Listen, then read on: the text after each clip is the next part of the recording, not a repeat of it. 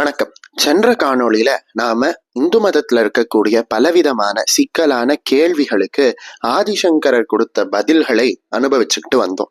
அதை பிரஷ்னோத்தர ரத்னமாளிகை அப்படிங்கிற நூலாக ஆதிசங்கரர் கொடுத்திருக்கிறதையும் பார்த்தோம். யார் யாருக்கெல்லாம் முதல் காணொளியை பார்க்கணும் அப்படின்னு விருப்பப்படுறீங்களோ அவங்க கீழே கொடுத்திருக்கிற லிங்க்ல இப்ப பார்க்கலாம். இப்போ அந்த காணொளியினுடைய 2வது பகுதியாக மேலும் இருக்கக்கூடிய சில கேள்விகளுக்கு ஆதிசங்கர பகவத் பாதர் என்னென்ன பதில்களை சொல்லியிருக்கார் அப்படிங்கறத பார்க்கலாம். வரீங்களா?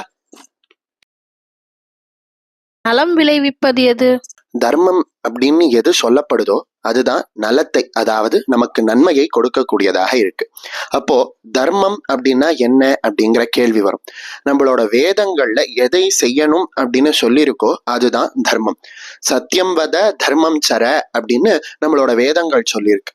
உண்மையை பேசு, தர்மத்தை கடைபிடி அப்படின்னு சொல்லியிருக்கு. அப்போ தர்மம்னா என்ன அப்படின்னு கேட்டபோது மனுஸ்மிருதியானது ரொம்ப அழகாக ஒரு பதில் சொல்லியிருக்கு. அஹிம்சா சத்தியம் அஸ்தேயம் சௌச்சம் இந்திரிய நிகிரக ஏதம் சமாசிகம் தர்மம் சதுர்வர்ணயே பிரவீன் மனோஹு அப்படின்னு சொல்லியிருக்கு.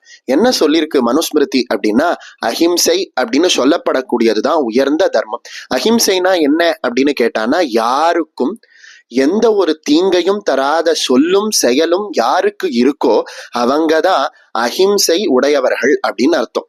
தனக்கு யார் தீமையை செய்தாலும் அவர்களையும் மன்னித்து யார் விடுகிறானோ அவன்தான் தர்மத்தை கடைபிடிக்க கூடியவன் அப்படின்னு சொல்லியிருக்கு. இப்படி அடுத்தவர்களுக்கு தொல்லை இல்லாமல் அடுத்தவர்களுக்கு நன்மையை செய்வதே தர்மம் அப்படின்னு சொல்லப்பட்டிருக்கு. இன்னும் அழகான ஒரு விஷயத்தை சாஸ்திரமானது சொல்லியிருக்கு. ஸ்லோகார்த்தேன பிரவக்ஷ்யாமி யதுக்தம் கிரந்த கோட்டிபிகி பரோபகாரக புண்ணியாய பாபாய பிரபீடனம் அப்படின்னு சொல்லியிருக்கு. இந்த ஒரு ஸ்லோகத்துல கோட்டி ஸ்லோகங்கள்ல சொல்லப்பட்ட இந்து தர்மத்தினுடைய சாராம்சத்தை சொல்லியிருக்காங்க. என்ன அப்படின்னா, புண்ணியம்னா எது, பாவம்னா எது அப்படின்னு சொல்லப்பட்டிருக்கு.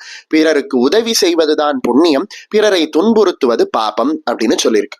அந்த வகையில நன்மையை விளைவிப்பது தர்மம் அப்படின்னா, தர்மத்தை எப்படி கடைபிடிப்பது அப்படின்னு கேட்டானா, நம்மளோட மனசாட்சி சொல்வதற்கு ஏற்ப நடந்து பிறருக்கு தீங்கில்லாமல் வாழக்கூடியதுதான் தர்மம் அப்படின்னு சொல்லியிருக்கு. எவர் தூயவர்?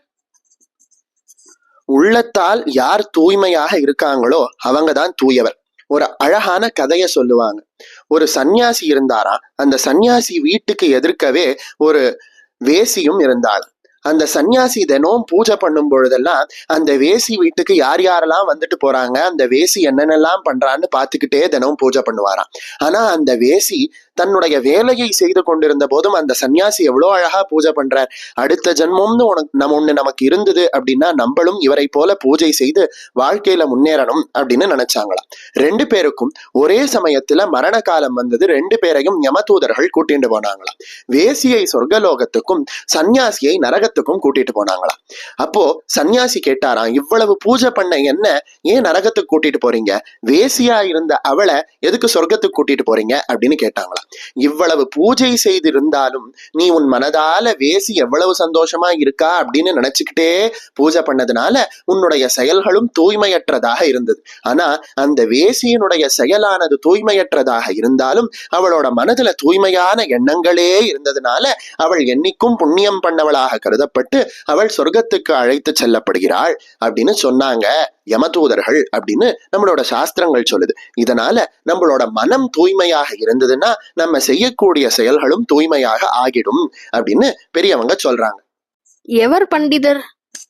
விவேகின்னு நம்ம யார சொல்றோமோ அவர்தான் பண்டிதர். சரி, யார் இந்த விவேகி அப்படின்னு கேட்டானா, அழகா கிருஷ்ண பரமாத்மா பகவத்கீதையில ஒரு ஸ்லோகம் சொல்லியிருக்கார். பகவத்கீதையில 5வது அத்தியாயத்துல 18வது ஸ்லோகத்துல கிருஷ்ண பரமாத்மா சொல்லியிருக்கார். என்ன சொல்றார் அப்படின்னா, கல்வியும் ஒழுக்கமும் உள்ள ஒருவர் என்ன பண்ணுவாங்க, அந்தணர், பசு, யானை, நாயோட மாமிசத்தை தின்பவரை கூட, அதாவது யாராக இருந்தாலும் கல்வியும் ஒழுக்கமும் உள்ள அந்தணரையும் பசுவையும் யானையையும் நாயையும் நாயோட மாமிசத்தை திங்கக்கூடியவரையும் கூட சமமான பார்வை, பண்டிதாக சமதர்ஷினக அப்படின்னு சொல்லக்கூடியவர்களை பண்டிதர்கள், விவேகிகள் அப்படின்னு சொல்றோம். அதாவது நாயையும் மனிதனையும் அந்தணரையும் அதே சமயத்துல நாயினுடைய மாமிசத்தையும் சாப்பிடக்கூடியவர்களையும் ஒரே சமமாக பாவிக்கக்கூடியவர்கள் எவரோ, அதாவது யாருக்குள்ளேயும் பாகுபாடு பார்க்காமல் அனைவருக்குள்ளும் இறைவனையே பார்க்கக்கூடியவர் எவரோ அவரே விவேகி அப்படின்னு சொல்லப்பட்டிருக்கு. எது விஷம்? குருவோட வார்த்தையை நாம புறக்கணித்தோம், அதை நாம கடைபிடிக்கல அப்படின்னா அதுதான் நம்மளோட வாழ்க்கையில நாம பண்ற பெரிய தப்பு. அதனாலதான் ஔவையார் மூத்தோர் சொல் வார்த்தை அமுதம் அப்படின்னு பழமொழியாக அழகாக சொல்லியிருக்காங்க. பிரமாணம் குருதே லோகஸ்ததனு வர்த்ததே அப்படின்னு கிருஷ்ண பரமாத்மா பகவத்கீதையில சொல்லியிருக்கார். சான்றோர்கள் எதை செய்கின்றார்களோ அதையே அடுத்தவர்களும் செய்வார்கள். அதனால சான்றோர்கள் எதை செய்யணும் அப்படின்னு சொல்றாங்களோ அதையே, அதாவது குருவானவர் எதை செய்யணும் அப்படின்னு சொல்றாரோ அதை தான் நாம கடைபிடிக்கணும் அப்படின்னு கிருஷ்ண பரமாத்மா சொல்றார். அதனாலதான் ஆதிசங்கர பகவத் பாதர் தியான மூலம் குருர் மூர்த்தி அப்படிங்கிற ஸ்லோகத்துல நம்ம தியானம் செய்ய வேண்டியது குருவினுடைய வடிவம், நம்ம மனனம் செய்ய வேண்டியது குருவினுடைய வாக்கியம், நம்மளோட முக்திக்கு வித்திடுவது குருவினுடைய கருணை அப்படின்னு சொல்லியிருக்கார். உங்களுக்கு இதே போல இந்து மதத்தோட கடினமான கேள்விகளுக்கு ஆதிசங்கரர் கொடுத்த பதிலை தெரிஞ்சுக்கணும் அப்படின்னா கமெண்ட்ல சொல்லுங்க. தொடர்ந்து இந்த காணொளியை நான் பதிவேற்றம் செய்கிறேன்.